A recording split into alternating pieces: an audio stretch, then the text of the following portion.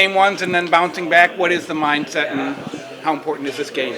Yeah, obviously huge. We've been in this situation twice already, so once we took care of business, once we didn't, and put ourselves in a even bigger hole. So I mean, we know the importance of the game today, and we need to be sharp and ready to go. What have you learned about the mindset of this team in the short time you've been here? It just seems like it is very resilient. Yeah, I mean that's the thing with playoffs, right? You play one game and it's in the garbage, and you move on, right? So I mean, yeah, like you said, resiliency.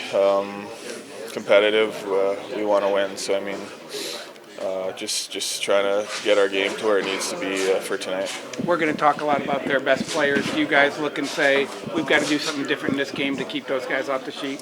No, just need to be better. I mean, I need to be better. So I mean, we on the ice for 3 against for me. So I mean, I need to be a better player. But as far as trying to limit their chances, and then I feel like we got our looks when we wanted to. We weren't able to capitalize on them. So I mean, sticking to that sort of the aspect of that game, the game plan that way is big for us.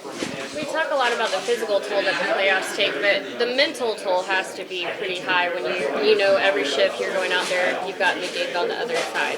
Can you talk a little bit about how you prepare mentally and reset mentally between games too? Yeah, I mean, obviously game one didn't end how we wanted it to. I mean, every game, as I said, you play a game and then you get rid of it, and it's a new game, new day, new opportunity. So I mean, as I said before, we've been in this situation twice already. So I mean, we know the importance of this game tonight and how we need to be ready to start. Speaking of the microphone, please. Stars Jason Robertson and Wyatt Johnston to take your questions. Again, please raise your hand and wait for the microphone. Who'd like to go first? Mike on the right. Hey, Jason. How are you? I'm good, Mike. How are you? I'm doing great. We've been through this before with the game one. We've talked about it even before game one. How do you guys bounce back? Is there just a mindset, or is it just it happens naturally? I think it's the mindset. I mean, like I said earlier, it's unfortunate that lost every game one in my career before we even talked about it. But I mean, that's it's not like it's going to be any easier tonight. I mean, we saw it against Vegas. We lost game 2, so we were able to respond against Colorado, and we're going to have to be able to do it tonight. So I'm sure everyone will be ready and make adjustments accordingly and be ready to go. Other questions? We'll go to Tracy on the left. Wyatt, Pete said that Robe Hintz is a game-time decision if he's able to go. Just how much of a boost is that on the ice, in the room, everything for you guys? Yeah, it's huge. He's an awesome player. He's, drives the game, and he's awesome. So yeah, it would be great, if he's in the lineup tonight. But obviously, if not, just other guys stepping up, and kind of whoever's been in that role, or kind of everyone who's been on the ice have just been able to step up and do what needs to be done. So yeah. Center left, Derek. Wyatt, there's a lot of older veterans on this team and a lot of young guys on this team. I'm just curious how you guys bridge that generation gap. Like when you guys talk about things, is there a generation gap there, and how do you guys get along? We get along really well. At the end of the day, when we're on the ice, age, experience, kind of all that stuff doesn't really matter. We're just out there playing the game, and everyone's doing their part, doing what needs to be done. So I think it's been awesome for me to have all the older guys just kind of be guys to look up to, learn from, and just kind of get their input. So yeah, it's awesome for younger guys like me, and just to learn from them. But yeah, on the ice, we're just it doesn't really matter. Kind of, it's just whoever's out there just kind of does their part, and yeah. Fourth row on the left, Ryan.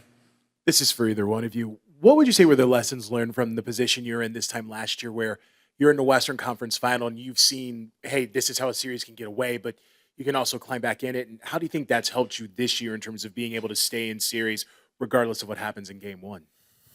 Yeah, it's definitely a lesson we learned last year, especially at the conference finals. It's a big moment. But I think we're a better team now than we were last year. So our mentality as a group is stronger. I think guys are more confident in our response. I think that's been the way the whole year. We haven't let a lot of stuff get away from us like last postseason. So I think everyone's going to be mentally sharp, ready to go, like they were, every game 2 of these playoffs. And whatever happens. But we're not going to be able to walk away tonight knowing that we aren't prepared and aren't ready. Back to Mike on the right. Hey, Wyatt.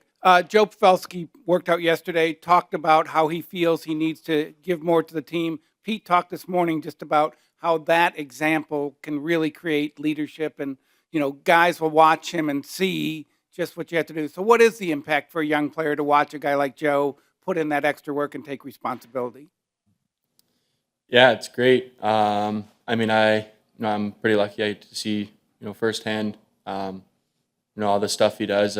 Obviously everyone gets to see what he does at the rink, but I get to see kind of what he does away from the rink, and just how much he does to make sure he's ready to play every night. And it's impressive what he's been doing at his age, and it's there's a reason for that. Just kind of the way he treats his body, how much work he puts into the game, and it's a great example for everyone just seeing what he's doing, and he's putting in that work. He's he's just doing what he can to make sure he's ready to play every night. And that's one thing that I know I've really took from him, and I think everyone's done that as well.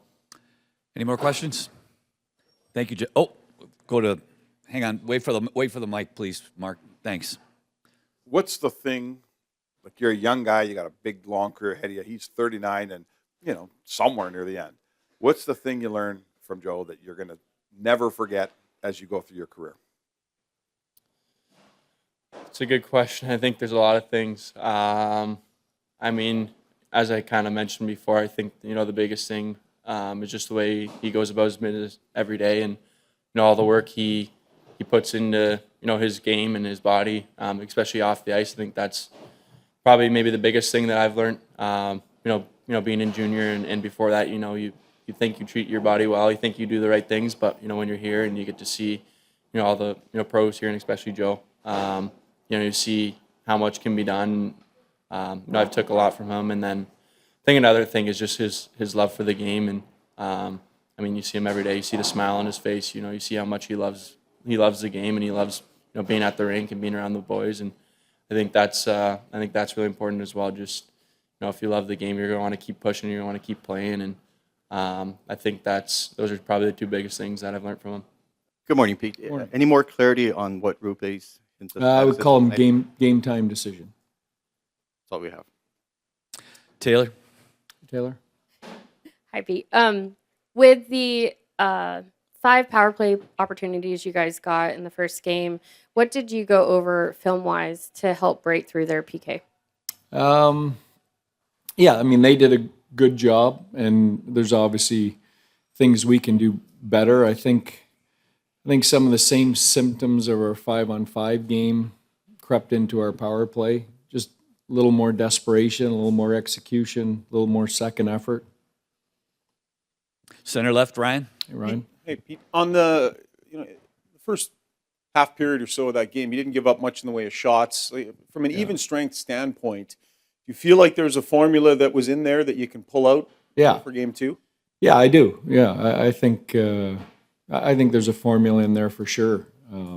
Again, we've got to get to it. I said yesterday, I felt I didn't feel the difference was in style of play or X and O's. I think the difference in game 1 was one team had a game 7 mindset coming off of game 7, and the other team, was coming off 5 days off, and I thought we looked like we were gonna play a little bit cute, and so we'll fix that tonight. On the right, Mike. Hey, Pete, Mike? did you see anything on the power play face-offs? They clearly got the advantage in the last game, and that's one of your strengths. Yeah. Just winning all face-offs. I think even strength, you guys dominate. Compete, Mike. Compete. that's face-offs are a compete indicator. Stay in that same row, Nick. Joe Pavelski was out for a highly optional skate yesterday. He's out there early today. I asked him yesterday, why are you out there? I kind of expected him to say, well, you're always working on your game. Yeah. He made it clear he's not happy with his production. He wants more. You've known him for a long time. What do you think he's going through?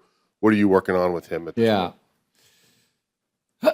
Yeah, I mean, I think the one thing about, I'm trying to give Joe his space. I think he's, Joe's as much coach as he is player. But at the same time, you still have, player insecurities if you're not producing. This is a guy that has produced his entire career, but he also knows that you're going to go stretches in the playoffs without producing, and you can't ride those waves too high or too low, and I think he gets that. He's so professional in his approach, not only in working on his own game, but the message to the other guys in the room on that, I think is critical. Look, you know what? I'm not happy with myself, and look, I'm going to do something about it. I think that messaging is fantastic leadership. Fourth row on the left, Josh. Pete, if Rupe is able to go tonight, what does he bring to your lineup, and what have you missed without him? I guess my question would be, he's not McDavid, but what would they be, if they took their first line center out of the lineup?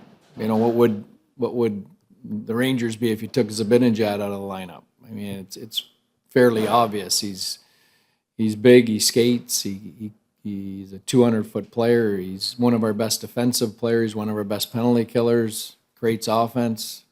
I don't know, is there anything else on that list? He's physical. Middle in the back, Sean. Yeah, hey, Sean. Hey, Pete. You said that Game 7 mindset that you're very confident your team's going to get to tonight. What are kind of clearly you've been able to get there over and over again throughout this year. What are the markers in that room that make you so confident that they're able to get to that mindset that quickly? Yeah. Well, I think it's an honest group, and they have really good self-awareness, and they know when our details and our mindset isn't in the place it needs to be. And, usually that results in you losing, but sometimes you win, when and I don't think we were off a lot. It wasn't like we were a no-show. I mean, we're a post away from winning that game. So, but we were off enough that, we've got to be better. Anything else? No. Thanks, Pete. The Game 1 loss, is there anything in the room that have those previous series helped in getting you ready for a game like this? Yeah, I mean, it's unfortunate that we haven't been successful in Game 1s, but I think we've done a good job of moving past losses or moving past games that we weren't at our best, and we know we're going to get the same game or even better from them tonight, so we got to be better, and I think we'll be ready. Pete's talked about getting to that Game 7 mentality. How do you do that? I mean, is it just once you're on the ice, it just clicks, or do you really have to prepare yourself? I think it's both. I mean, we have an intense and mature group here, so we know what level we have to get to. We know we weren't quite there in Game 1, so I don't think we have to, change things completely or anything, but we know we have to be a little bit better. What did you see from them? Obviously, their big names got on the board in Game 1. Is that, I don't know, put the radar up a little bit for whenever they probably was already up, but intensify it at all? Yeah, it's no secret. Everybody knows they're good players, and we know what we have to do when they're out there, or what we have to try to do to contain them. But they got on the board, but like I said before, you got to move past it and prepare for the next one.